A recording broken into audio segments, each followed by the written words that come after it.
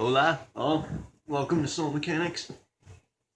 I found myself some banging ass crab apples, though I've never seen red crab apples before. They were always green. I never wanted to eat them because they were sour, but these ones are sweet.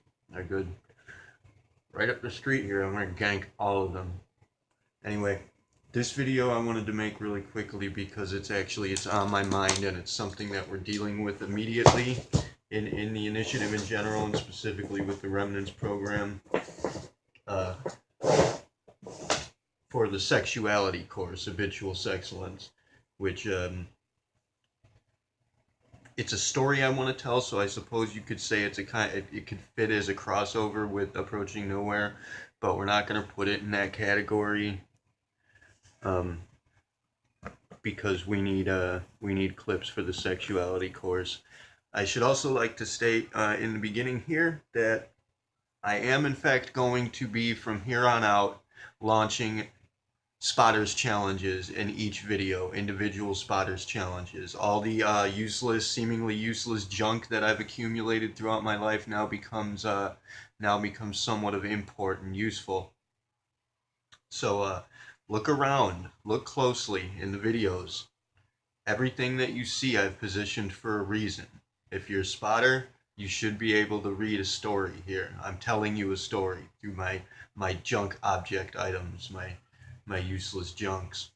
I'm telling you a very specific story, and of course, it's always going to relate directly with the immediate issue of the video at hand.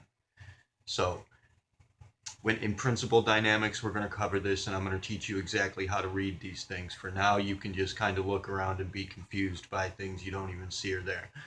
But in a following video, I'm going to plan it out and I'm going to make you guys a video for principal dynamics that will teach you exactly how to read the messages that I'm hiding right in front of your face.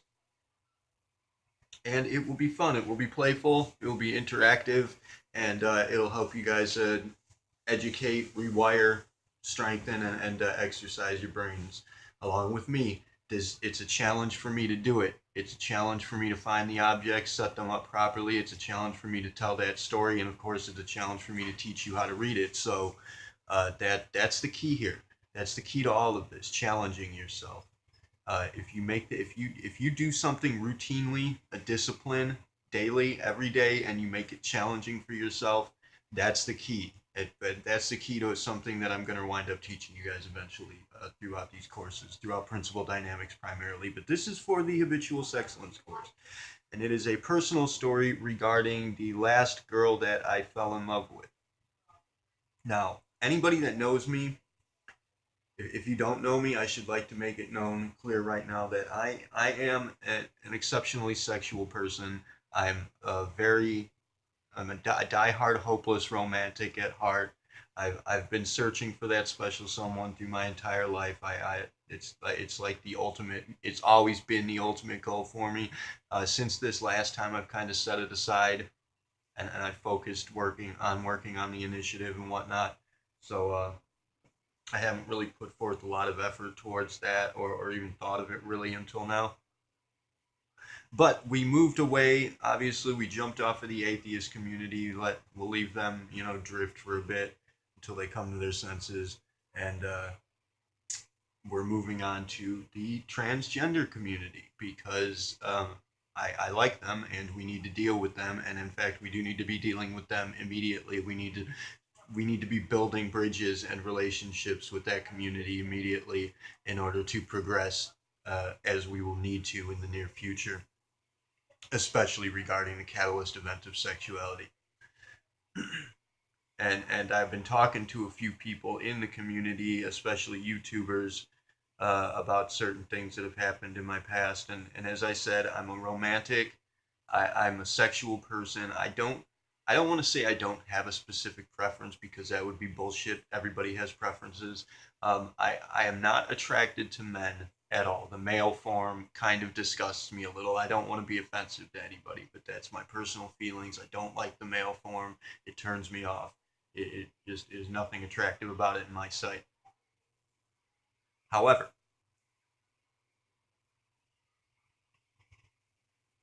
look, I went to work a while back. This is the story. I went to work. I got off my shift, and during as soon as I got off my shift, the moment I was walking out, there was a problem occurred with one of the fryers that needed a mechanical assistance, and they didn't have the tools they need. My crew didn't have the right tools they need, and it was a pretty shitty problem. So I went home. I took the train home. I went home. I grabbed the tools they needed, and I took the train right back and went back to work, and I helped them fix this problem. And when I left there, I gave them the tools and I left there. I'm coming back on the train. I get off, and as I'm walking off the platform, there's this dude who introduces himself to me on the platform, and he's like really weird, and he's one of those people that kind of mumbles things and isn't talking about anything specifically. He's probably got, like, I don't know, he might have brain damage or some kind of a mental deficiency. He's one of those people, or he might just be like weird homeless guy, drug problems, or whatever the case may be. He's one of those weird people that mumbles nonsense things at you on the train platform. But his name was Ray. He told me his name was Ray. Now this is specific. Any spotters that are watching, there's also little stories being told in the stories that I'm telling. But they're non-consequential, but you might get them if anybody remembers what the word Ray, the name Ray, means to me. In any case, uh, I follow this Ray guy. I wanted to talk to him because of the name, because the name Ray stood out to me. I thought that maybe it's important I should talk to this guy, and so I kind of struggled to keep up with him. He was kind of running away from me. I was gonna fucking wound up me. It wound up with me chasing him. I guess it's pretty weird. I was like chasing this dude off the platform. I didn't know what was going on with him. I just wanted to try and keep up with him, but I think he was probably running away from me at this point. But as I'm following him, I'm struggling to keep up, and I just happen to get to an intersection where this girl walks out. These two girls, one girl in particular, wearing this really skimpy, just like slinky dress, like very tight, kind of short dress that is just exceptionally attractive. And she was gorgeous. This chick was unbelievably attractive. Like I was like mesmerized by how attractive this girl is, and I had kept up with Ray, chasing after him. I got to the light right when she walked out of this store across the street with a friend of hers and started walking down the street. And I was like, well, that's my cue. And I hopped across the street really quick, ran through the don't walk sign, and I went to catch up with her. And I started walking alongside her and said hello. And she started talking to me about going to some clubs in the area, and she introduced herself. Obviously, I'm not going to say who she is because I don't know if she's present in our community still, but I don't think she likes me. But I don't want to embarrass her. But I know the friend is still present in the community. I certainly don't want to embarrass her. But we started talking about a local club that she was going to, and she said she was going to this club. She invited me to come to this club. We spoke about my roommate. I told her my roommate's gay because it is a gay club. This club is a gay club, but like more leaning towards transgender. I think you could say it's more like a trans club, but it is essentially a gay club. It's my club. I love the place. I go there all the time. She introduced me to it, but she said, well, you should bring your roommate along, and we should double date and go to this gay club, because she said she likes to go there because men don't hit on her there because they're gay, which was a fluke, and she says something like that. That's an easy spot for any spotters in play. That's an easy spot for the girl is interested in you when she says something like that, because she wants to infer that she's looking for something deeper than a hookup. She's trying to imply that she's looking for romance, and she's not interested in quick pickups, that sort of thing. Usually, it's not. That's not. Don't take me at face value on that and go out and use it, and I get pissed off at me if it doesn't work out. That's usually the case, but with the way that sexuality is rolling these days, who knows where things are going? You could wind up in very precarious situations, but that's usually the case, especially with females. Now, uh, I'm walking with her, and I'm fixed on there was something happening with the initiative that I was fixed on, and I wasn't really paying attention to her and the friend so much, and that was stupid of me. But Actually, it was a pretty good move on my part because showing that level of disinterest kind of turned her on towards me and brought her attention in. If you and frame of instance, if you speak lowly, people are going to struggle to hear you. It's a simple trick. If people have to work to engage you, it pulls their attention. And obviously, if they are working to engage you, they care. So that's an easy way to spot what's going on and to kind of manipulate the situation. Of course, we don't like to use the word manipulate too often because people take the wrong connotation to it, but the word manipulate does just mean to work, to engage something, to properly control a situation. There is no actual negative aspect to the word manipulate. It's just been given a negative aspect attached to the value of it, and that's what you see when you look at it. You hear the word manipulate, your perception sets off alarm bells that that's something wrong with that, but there is not anything inherently wrong with that word. In fact, it's a word we should all get used to using because that's what we're going to be doing in the near future with our own minds, manipulating our value systems. Anyways, I had to run, and she called out to me. I told her I have to go. I'll see you. Maybe I'll see you in the area. And she gave me her info and hooked me up on Facebook real quick before I ran off. And so we got in touch on Messenger. And I talked to her for a little while, I think later on that night, just to say hello. But then I think it was the next day or 2 days after that, she got in touch with me and she told me that uh, I had told her that I was feeling crappy, something had gone wrong, and I didn't feel cool, and I wanted, I just kind of wanted to get out. And she said, well, why don't you come over to my place and have a few drinks? So I went over to her place and I had a few drinks, and we walked around the city for a little bit, went and got some beer because all she had was fucking vodka. It's fucking disgusting. Not to mention I can't drink it. Obviously, I can't drink vodka because of that pancreatitis issue. I if I'm gonna drink something, I gotta stick to like beers. But it's for safety. But I got a few beers because I was really nervous. This girl was so beautiful, like so amazing. She had a pink streak in her long blonde hair. She was fucking gorgeous, dude. It was unreal. She was like a supermodel chick you see on TV or something.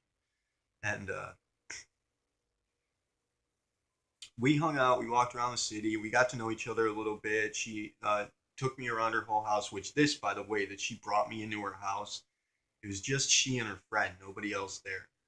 She and the friend. The friend was the protective one, and she was like the docile one, and that was their relationship. But she turned out to be pretty vicious, though, in her own right. She was one of those hard ass people that presents as a hard ass, but she's really cute and snuggly when you're alone with her. But in public, she's like a real dickhead. Anyways, that she brought me into her house is the point that I could have been a serial killer for all she knew.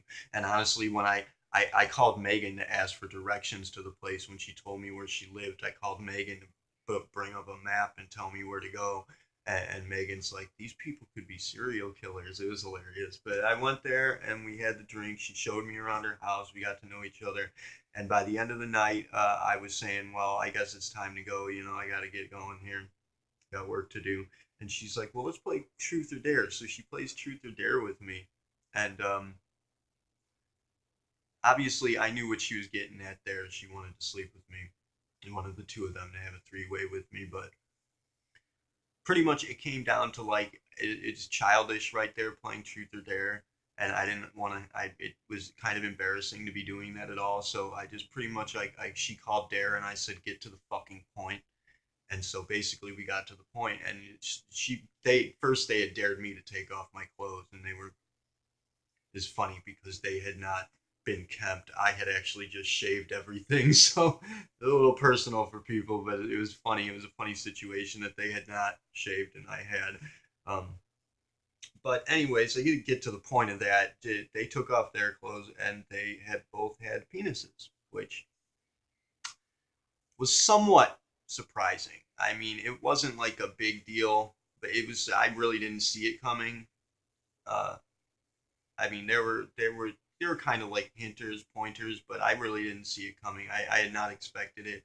But I mean, ultimately, I have a penis too, so it's not a big deal. It doesn't bother me so much. And honestly, I wanted it. It was interesting to me. I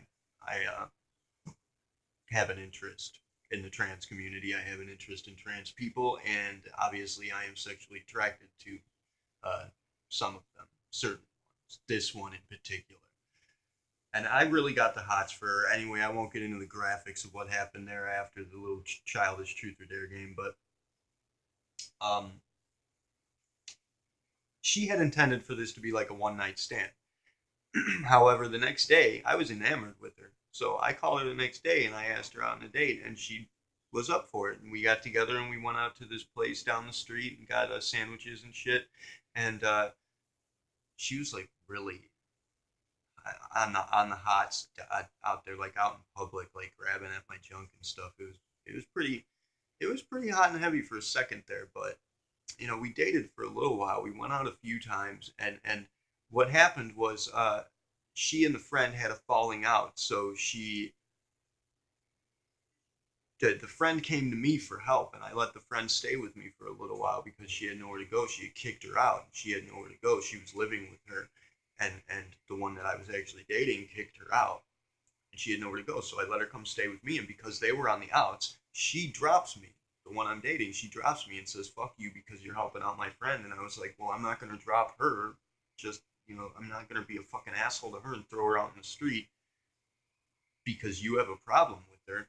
And so after that, she had that set up as kind of like an excuse to back away. And honestly, I think that she was a little afraid that we were kind of getting close, getting like actually close, because she was so cute and so like kind and loving in person. Together alone, it just, like I had certain issues. I had a problem that with the initiative, that there was a certain member I couldn't help out who was in trouble. She was hurt bad because her brother had just died and she felt terrible, and I couldn't help her out because I was out with this girl and I didn't want to miss my chance at this. So I I couldn't leave and go help her, and I felt bad about that. And she calmed me down and she told me, you can't help everybody all the time, and all that stuff. And she calmed me down, and kind of like she even like taught me a real quick meditation, a meditative effort to calm myself down in that regard and stop feeling so bad about that, because I worry about people.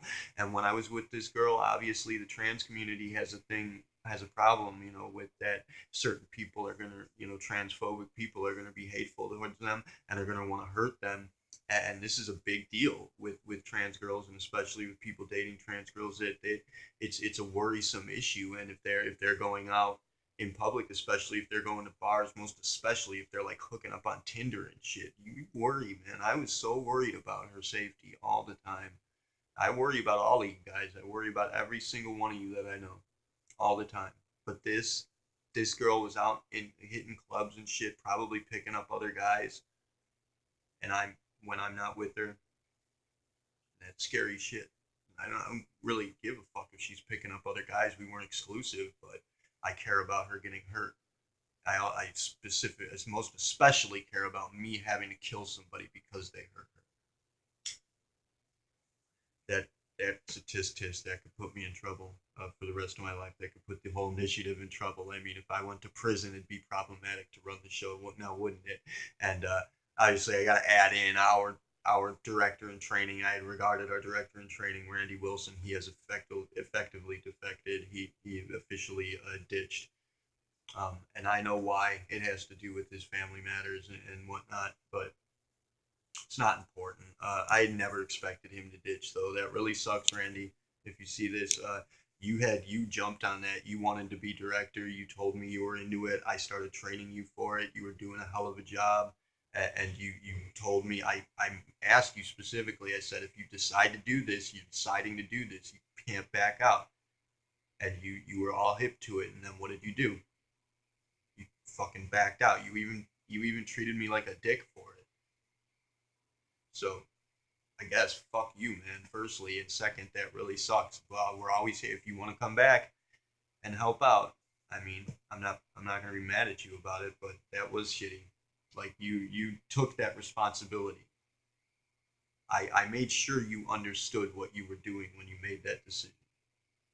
Anyways, I had to fight like hell to win this girl back over. Like I had to do all the grand gestures and shit and go out of my way, fucking on Facebook and what else have you. And I even went out and I donated money in her name so that I could put it up on the initiative and say that this girl donated a bunch of money, and I gave her like the woohoo, you know, I gave her a congratulations or a thank you for doing that. That was a great thing for you to do, where in fact I had done it on her behalf.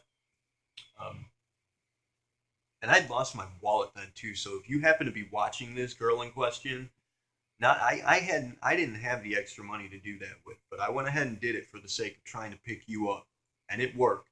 So give me some fucking credit, man. It's pretty crappy how we're on the outs now, but anyways, I fought like hell to win her over, and I finally won her over, and I got her to come back on a date with me, come to my house, and let me come to my apartment and let me cook her dinner. And I had it all planned out, and it was gonna be an awesome dinner. I was gonna make her fucking lemon chicken and lemon zest, lemon pepper chicken, and just all kinds of good shit. And I was so happy, man.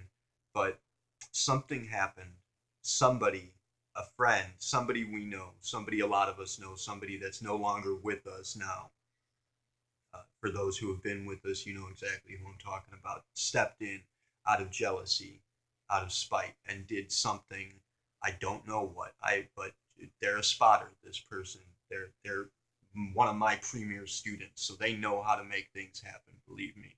Whatever they did, the next day this girl blew up on me in the morning for almost no reason whatsoever, even kind of treated me as though I were an enemy to her in some respect, and then blocked me. I never heard from her again. And that sucks. I wrote my own personal anthem at one point saying that I would never be too cowardly to gamble with my heart, but I'm not sure if that instance didn't break the bank. Uh, I put a lot of chips down on that one and I lost hard. So I don't know. I haven't thought about it since then. But that is a story that I want to relate specifically because I guess I want to make it clear that we are in fact we are in intending to work directly with the trans community. They need a little bit of help getting through the social filters and getting people to fully accept them properly. And if you're able to read the story that I've presented for you, which you should be after the next episode of Principal Dynamics, you should see why we need to be firm advocates of assisting the transgender community and being properly accepted. Um, that fit for the most part the lesbians, the gays, even the kind of weirdo animal people are fully accepted. They made it through the filters. It may not seem as though they're entirely accepted yet, but they are. They made it. They're cool. They're good to go. They are an average, ordinary piece of society now. Although they really love to be on that have that bandwagon of you know, gay pride, and we're being, everybody likes to say that they're being somehow persecuted. It's a very odd uh, it's a very odd personality trait that humanity seems to have as a whole. Is everybody really loves to be able to feel as though and speak out as though they are in some way being persecuted, while the very concept of being persecuted is something that they indulge in being persecuted. It's very strange. It's it falls back on the victimization thing, the addiction to victimization that's happening a lot nowadays. But we'll get into all that. Anyways, that's kind of the point of this video, or really the point of this video is just telling the story. I really like that girl, and I mean, obviously, I love everybody. I don't like a lot of people, but I love everybody. It's something that it's a necessary it's a part, it's in my job description to be loving to everybody that I can. But some people I don't like. This girl I really like. I really liked her, and it was fucking unbelievable. I had to put my all into winning her over too, and it was just fucked up. Anyways, I don't know. I guess that's it. That's for the sexuality course, just to spring it off. That's a story I have, and For a lot of people that aren't accepting of the transgender community, that should be an embarrassing story on my part, something that I should be afraid to share, but I'm not.